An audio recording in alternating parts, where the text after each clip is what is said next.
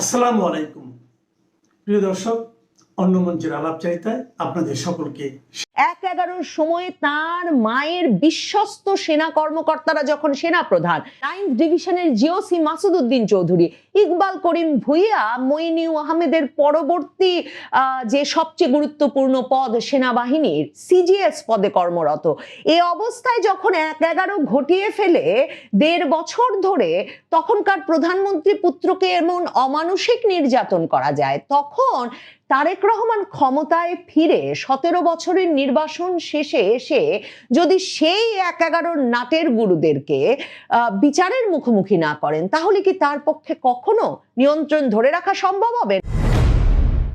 প্রধানমন্ত্রী তারেক রহমান ২০২৫-এর ডিসেম্বরে যখন ১৭ বছর নির্বাসন শেষে দেশে ফিরেছিলেন, ফিরেই তিনি তার প্রথম সভাতেই ঘোষণা দিয়েছিলেন, আই হ্যাভ আ প্ল্যান।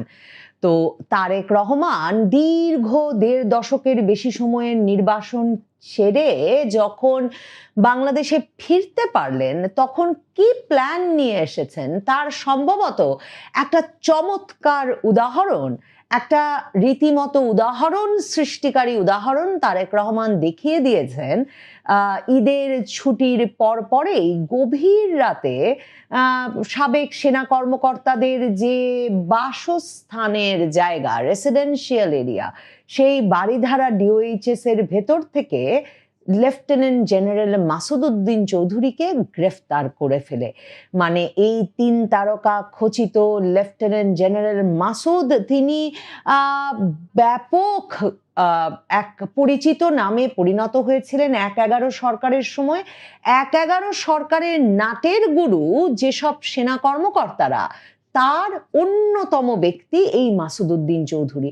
মানে মইনিউ আহমেদের পরেই যার নাম উচ্চারণ করতে হবে ১-১১ ঘটানোর জন্যে, এবং ১-১১ পরে তারেক রহমানকে গ্রেফতার করে মেরুদণ্ডের হাড় ভাঙা সহ বাংলাদেশ জুড়ে রাজনৈতিক নেতৃবৃন্দ, ব্যবসায়ীদের গ্রেফতার করে যেই ব্যাপক আতঙ্ক তৈরি করেছিলেন ১-১১ সরকারের আমলে এই সেনা কর্মকর্তারা, তার পেছনে যারা মুখ্য ভূমিকা পালন করেছেন এই মাসুদ উদ্দিন চৌধুরী তার একজন।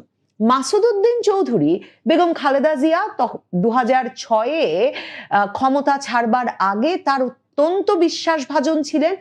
অত্যন্ত বিশ্বস্ত বিশ্বাসভাজন সেনা কর্মকর্তা হিসেবেই কিন্তু মাসুদ উদ্দিন চৌধুরীকে ৯ম ডিভিশনের জিওসি করে খালেদা জিয়া ক্ষমতা ছেড়েছিলেন। মানে সেনাবাহিনীর 9th ডিভিশন অর্থাৎ সাভার ডিভিশনের প্রধান থাকেন সেই সেনা কর্মকর্তা, যেই সেনা কর্মকর্তা সরকার প্রধানের সবচেয়ে বিশ্বস্ত, অনুগত, বিশ্বাসভাজন হিসেবে বিবেচিত হন। কারণ যে কোনো ঘটনা ঢাকা শহরে ঘটে গেলে প্রধানমন্ত্রীর বাসভবন, রাষ্ট্রপতির বাসভবন, বঙ্গভবনকে ঘিরে, তাহলে এই সাভার ডিভিশনের জিওসিকেই দ্রুততম সময়ে তার সেনা সদস্যদের নিয়ে এসে প্রধানমন্ত্রী, রাষ্ট্রপতি সহ রাষ্ট্রের গুরুত্বপূর্ণ ব্যক্তিবর্গকে রক্ষা করবার কথা। সাইদ ইস্কান্দার বেগম খালেদা জিয়ার ভাই, তারেক রহমান বর্তমান প্রধানমন্ত্রীর মামা, সাইদ ইস্কান্দারের ভাইরা ভাই হলেন এই লেফটেন্যান্ট জেনারেল মাসুদ উদ্দিন চৌধুরী। আত্মীয়তা ছিল, এক রকমের বিশ্বস্ত সম্পর্ক ছিল। এসব কারণেই খালেদা জিয়া এই মাসুদ উদ্দিন চৌধুরীকে জিওসি পদে রেখে ক্ষমতা ছেড়েছিলেন। মইনিউ আহমেদকে তো ১৩ জনকে সুপারসিড করে সেনা প্রধান বানিয়ে তবে তিনি ক্ষমতা ছেড়েছিলেন।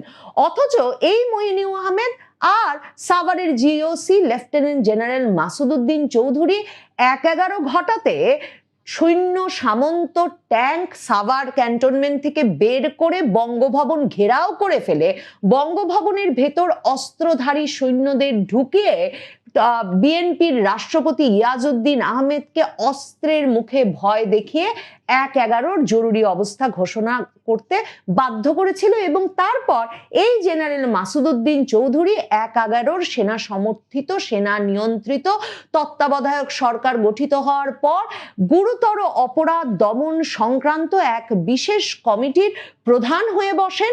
মানে ঠিক কেন গুরুতর অপরাধ দমন জাতীয় সমন্বয় কমিটির সমন্বয়ক হতে হবে একজন সেনা কর্মকর্তাকে, মানে কর্মরত সেনা কর্মকর্তাকে, সেনাবাহিনীকে সে দায়িত্ব দিয়েছে এসব প্রশ্ন করবার তখন কোনো উপায় ছিল না।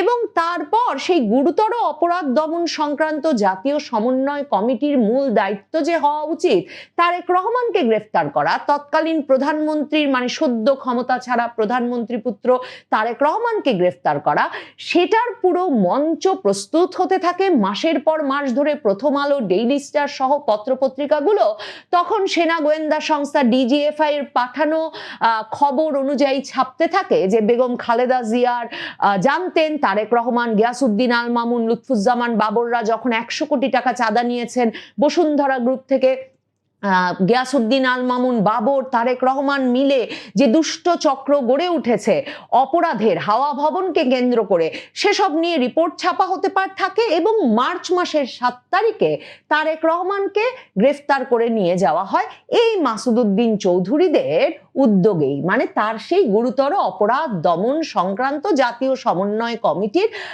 নিয়ন্ত্রণে, তার উদ্যোগে।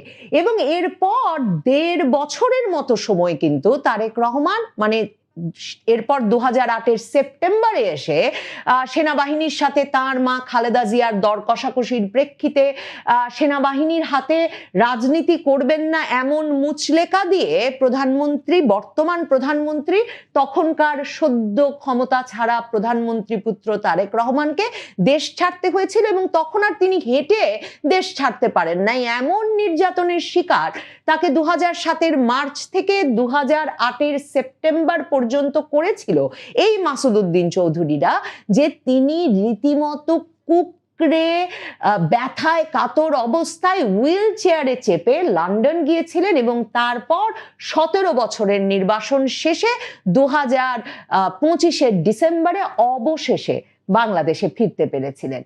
এই মাসুদউদ্দিন চৌধুরীরা 24 ঘন্টার মধ্যে 18 ঘন্টা তাকে উল্টো করে ঝুলিয়ে পেটাতেন, সে কথা লেখার জন্য সেই সময়টায় যখন তারেক রহমান গ্রেফতার এই মাসুদউদ্দিন চৌধুরীদের হাতে, সেই কথা লিখবার জন্য বাংলাদেশে কোনো পত্রিকা পাওয়া যায় নাই। তখন ভারতের সংবাদপত্র দ্য ইন্ডিয়ান এক্সপ্রেস 2008 সালের প্রথম দিকে তারেক রহমান আদালতে এসে যে বলছেন যে তাকে 24 ঘন্টার মধ্যে 18 ঘন্টা উল্টো করে ঝুলিয়ে পেটানো হচ্ছে, তার মেরুদণ্ডের হাড় ভেঙে গেছে, তিনি আর সোজা হয়ে দাঁড়াতে পারছেন না, এই বিষয়গুলো তখন সেই ভারতীয় পত্রিকা ছাপে এবং সারা বিশ্বে তারপর সেটার বরাতে বিবিসি সহ বিভিন্ন জায়গায় সে খবর ছড়িয়ে পড়ে। এরপর খালেদা জিয়াকে রীতিমতো এই মাসুদউদ্দিন চৌধুরী, মইনুল আহমেদ, তখনকার ডিজিএফআই প্রধান এটিএম আমিন, এদের সঙ্গে দর কষাকষি করতে হয়, যে কথা আবার তখনকার মার্কিন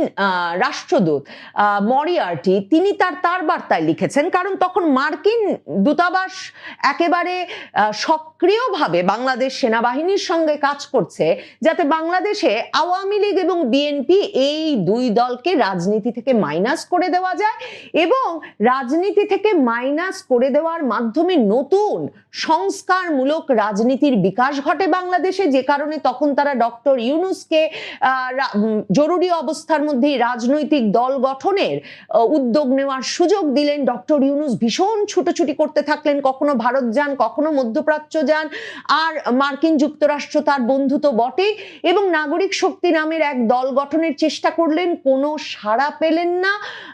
মাসের পর মাস ধরে বাংলাদেশের রাজনৈতিক নেতৃবৃন্দের এক রকমের ইমেজ ধ্বংস করা চলল প্রথম আলো, ডেইলি স্টার সহ শীর্ষস্থানীয় দৈনিকগুলোর মাধ্যমে সেনাবাহিনীর বয়ানে যে এরা এটা করেছেন ওটা করেছেন। এবং তারেক রহমান তো তখন সবচেয়ে বড় ভিলেন এবং সবচেয়ে বড় দুর্নীতিগ্রস্ত প্রধানমন্ত্রীর পুত্র এবং বাংলাদেশের রাজনীতির দুর্নীতির সবচেয়ে বড় উদাহরণ হয়ে উঠলেন এই মাসুদউদ্দিন চৌধুরীদের উদ্যোগে। সে কারণে এবার যখন 7ই মার্চ বিএনপি পালন করলো এই দিবস, যে তারেক রহমানকে 2007 সালের 7ই মার্চ কারাবরণ করতে হয়েছিল, কাজেই সেই কারাবরণ দিবস পালন করলো এবং কারাবরণ দিবসের মধ্যেও 1-11 নাটের গুরুদের মানে সেনা কর্মকর্তাদের সে সময়কার কোনো বিচার দাবি করলো না, কিংবা তারেক রহমানকে সে সময় পিটিয়েছিলেন যারা তারেক রহমান সহ এই সেনা হেফাজতে আটক থাকা রাজনৈতিক নেতৃবৃন্দ, ব্যবসায়ী নেতৃবৃন্দকে যারা অত্যাচার নির্যাতন করেছিলেন শারীরিকভাবে, সেনা হেফাজতে সে সময়ে সে কাজ করেছিলেন তরুণ মেজর র্যাঙ্কের কর্মকর্তারা। তাদের অনেকে তো এখনো সেনাবাহিনীতে কর্মরত আছেন এবং তার মানে শীর্ষ পর্যায়ে কর্মরত আছেন। এখন বিএনপি যে এদেরকে চিহ্নিত করার কোনো দাবি তাদের নেতার কারাবরণ দিবসেও তুলল না, বা এই বিচার করা প্রয়োজন এমন কোনো কথা তুলল না, তখন এবছরের 7ই মার্চ আমি প্রশ্ন তুলেছিলাম, তারেক রহমান কি এবার তাহলে তার মেরুদণ্ড ভাঙা সেনা কর্মকর্তাদের বিচার করবেন? কারণ তিনি যদি সে বিচার না করেন তাহলে কি সত্যি প্রধানমন্ত্রী হিসেবে তারেক রহমান তার নিয়ন্ত্রণ কমান্ড ধরে রাখতে পারবেন?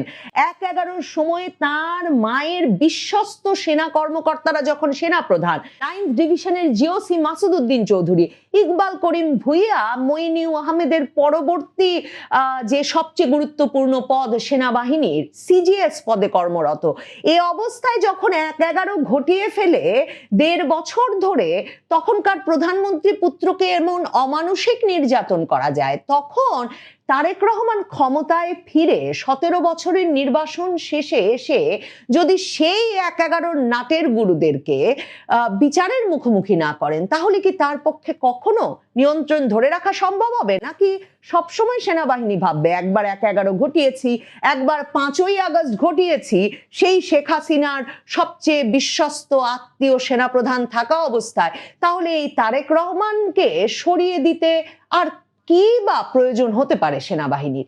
এমন একটা মুডে সেনাবাহিনীকে রেখে কি সত্যি নিয়ন্ত্রণ প্রতিষ্ঠা সম্ভব তারেক রহমানের পক্ষে? এই প্রশ্ন করেছিলাম 2026-এর 7ই মার্চে।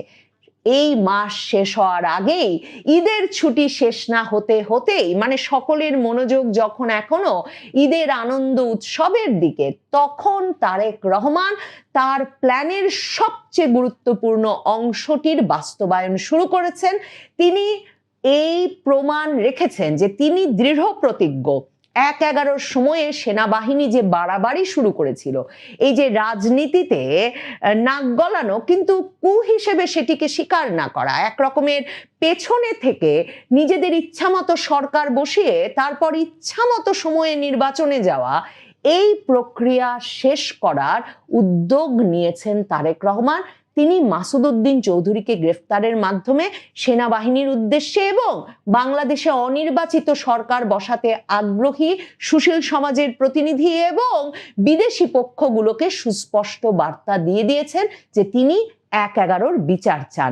মাসুদ উদ্দিন চৌধুরী কতটা মানে নিশ্চিন্ত ছিলেন যে ইউনূসের 18 মাসে তিনি তো দেশ থেকে বেরিয়ে যাননি, প্রধানমন্ত্রী হয়েছেন তারেক রহমান, যার কিনা তারা মেরুদণ্ড ভেঙে তাকে নির্বাসনে পাঠিয়ে দিয়েছিলেন।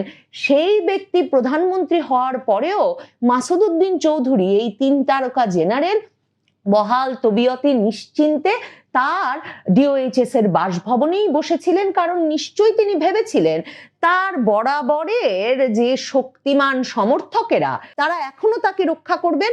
আর সবচেয়ে বড় কথা, তিনি ভেবেছিলেন তারেক রহমান কখনো সাহস করবেন না এই সাবেক সেনা কর্মকর্তাকে গ্রেফতারের, কোনো সেনা কর্মকর্তাকে গ্রেফতার করে সেই 1/11 অপরাধের প্রতিকার করতে। কিন্তু আমি প্রশ্ন করেছিলাম, এই প্রতিকারের উদ্যোগ যদি তারেক রহমান না নেন, তাহলে কি তারেক রহমান তার গা থেকে হাওয়া ভবনের গন্ধ কখনো দূর করতে পারবেন? তাহলে কি তারেক রহমান একরকম স্বীকার করে নিচ্ছেন না যে তারেক রহমানকে যে অপরাধে ধরে সে সময় সেনা কর্মকর্তারা সংস্কার সাধন করছিলেন নির্যাতনের মাধ্যমে, সেটা ঠিক আছে? তারেক রহমানের পক্ষে সেসব মেনে নিয়ে কি সত্যি প্রধানমন্ত্রী পদে সম্মানের সঙ্গে থাকা সম্ভব? কাজেই মাসুদ উদ্দিন চৌধুরীকে দিয়ে শুরু হলো 1/11 নাটের গুরুদের বিচারের মুখোমুখি করে শায়েস্তা করে ছাড়বেন প্রধানমন্ত্রী তারেক রহমান।